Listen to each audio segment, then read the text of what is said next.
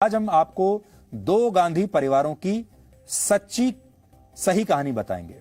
इनमें एक थे महात्मा गांधी, जिन्होंने अपने जीवन में कभी कोई संवैधानिक या सरकारी पद नहीं लिया और आजादी के बाद भी कभी पद और परिवार की राजनीति नहीं की।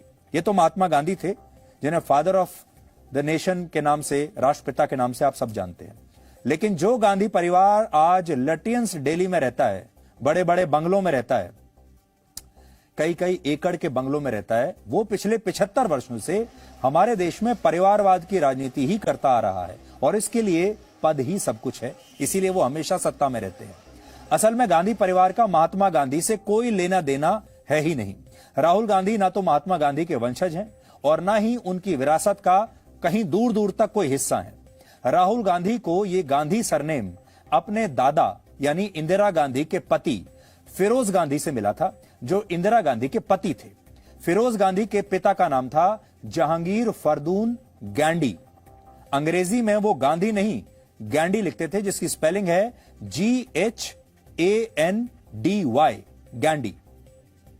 फिरोज गांधी के पिता मुंबई के रहने वाले थे और वो पारसी धर्म को मानते थे और उनका सरनेम ये था जो आपकी स्क्रीन पर है, गांधी नहीं गैंडी, क्योंकि वो पारसी थे।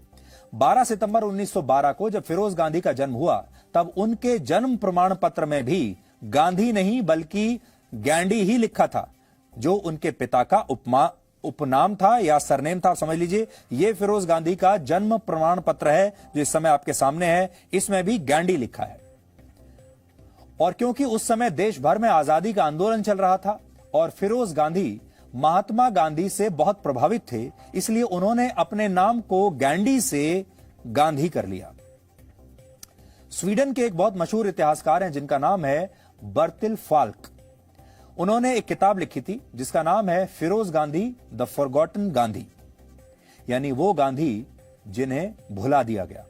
इसमें वो बताते हैं कि जब फिरोज गांधी आजादी के आंदोलनों में हिस्सा ले रहे थे, तब कई हिंदी अखबारों ने उनका नाम गैंडी लिखने की बजाय गांधी लिखना शुरू कर दिया और इससे फिरोज गांधी का कद बढ़ने लगा। लोगों को लगा ये भी गांधी है, इनका गांधी से कोई ना कोई संबंध होगा, क्योंकि उस समय गांधी नाम में बड़ी ताकत हुआ करती थी महात्मा गांधी की वजह से।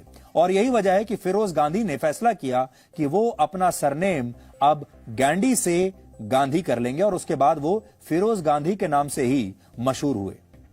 शादी से पहले इंदिरा गांधी का पूरा नाम इंदिरा प्रियदर्शनी था, लेकिन फिरोज गांधी से शादी के बाद उनका नाम हो गया इंदिरा गांधी और यह गांधी सरनेम तब से ही चला आ रहा है। राहुल गांधी का महात्मा गांधी के परिवार से कोई लेना देना नहीं, लेकिन राहुल गांधी जवाहरलाल नेहरू के वंशज हैं। वो नेहरू के वंशज हैं क्योंकि इंदिरा गांधी जो उनकी दादी थी वो जवाहरलाल नेहरू की पुत्री थी।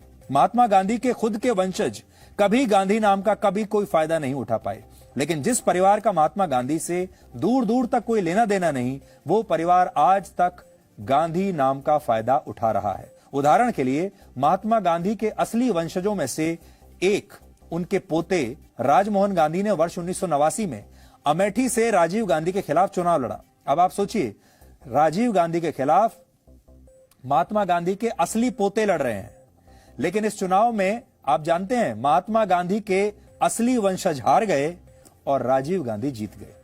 यानी जो उनके नकली वंशज थे वो जीत गए और असली वंशज हार गए। और आज भी अगर आप देखेंगे तो महात्मा गांधी के परिवार का कोई व्यक्ति आपको किसी भी संवैधानिक पद पर कहीं नजर नहीं आएगा। वो आज भी भारत के अलग अलग हिस्सों में कहीं कहीं पर रह रहे हैं, आपको उनके बारे में पता भी नहीं होगा कि वो कहां हैं।